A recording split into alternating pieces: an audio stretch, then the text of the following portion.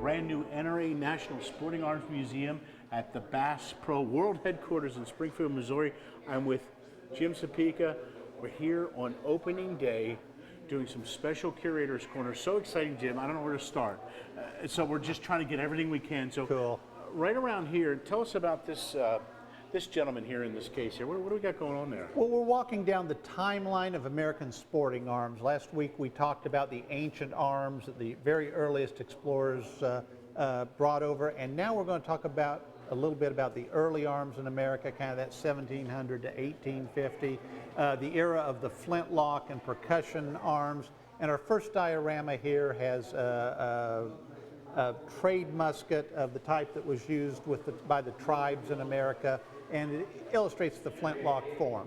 And of course, the first classic American firearm was the American long rifle. Everybody calls it the Kentucky rifle. Right. But as the German Jaeger rifle was brought over here, it was modified by the German gunsmiths who settled in the colonies. The barrel became longer, stocked full length, end to end. The buttstock began to make that graceful droop. Yes. As we got into the golden age of Kentucky's golden age of American long rifles, you have the very ornate brass patch box and the decoration, the stock carving, and that was the first true American rifle, and also truly an American art form. These were made by individual gunsmiths, beautiful, beautiful guns. That was when the West was Kentucky, Tennessee, the Appalachians. As the country grew and the West became the Great Plains, the Rocky Mountains, and this took a different type of firearm than the Kentucky rifle. It took the Plains rifle, and that's very important to our location here in Missouri because the mecca for the Plains rifle, the place where it was developed, the place where it was made, the place where it was sold to pilgrims headed west was St. Louis, Missouri. And here you have the great Plains rifle makers, Scharf, many others, and especially the Hawken, which is nearly synonymous with Plains rifle. Plains rifles, you'll see they have a larger caliber for the bigger game out west, the big bears, the buffalo, the elk. It takes a heavy, thick barrel, so the barrel is shorter to make it lighter weight to carry, easier to handle on horseback. You start to lose that fancy decoration. You don't have the ornate patch box, and you go from a full-length stock to a half stock configuration. But if you were headed west as a mountain man or a trapper or a settler headed through the Great Plains or points west, that's the rifle you wanted to take with you.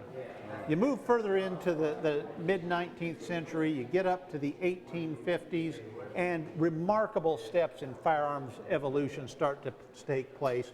You develop the breech-loading rifles such as this Sharps rifle at the top here. The development of the breech loader started to make possible self-contained metallic cartridges, and in turn, self-contained metallic cartridges started to make possible effective repeating rifles. We've talked many times with Curator's Corner about the important innovations, the self-contained metallic cartridge. Huge It's innovation. Huge. It opens so many other vistas. And here you see an evolution of first the breech loader and then the very early repeaters. This first one is the volcanic, a lever action, brilliant idea, tube-fed magazine underneath the barrel. For this, they tried to make a self-contained cartridge out of hollowing out the base of a lead bullet and filling it with gunpowder. Well, that didn't work. Didn't work so well. Yeah, no, the guys who invented it, a guy named Horace Smith and Daniel Wesson, they decided that they were done with the lever action. They sold it to one of the investors who'd been involved with him. He was a shirt manufacturer named Oliver Winchester. He liked the lever action. So with B. Tyler Henry, he developed the Henry rifle and eventually the Winchesters that we'll see in the next case. One man's trash is another man's treasure. He took a lemon and he sure made lemonade out of it. Wow. The stuff that happens like that, the stories that are amazing, the innovations and just the thing, what happened, the happenstance that has changed history. And so much innovation, you talk about this, has been done in the area of firearms. Absolutely, absolutely. And this is a very exciting time in firearms evolution. Certainly the technology was right for these advancements. Also the American Civil War coming in the 1860s was a huge incentive to firearms design improvement. And you see a giant jump between this case and the next, from these flintlock muzzle loaders we started out here to the very effective repeating firearms we'll see in the next case. Oh man, you're killing me because I gotta wait till next week. I know. All right, we'll be back with more Curator's Corner here from Springfield, Missouri. Thank you, Jim. Thanks, Back with John. more next week on Sportsman Channel.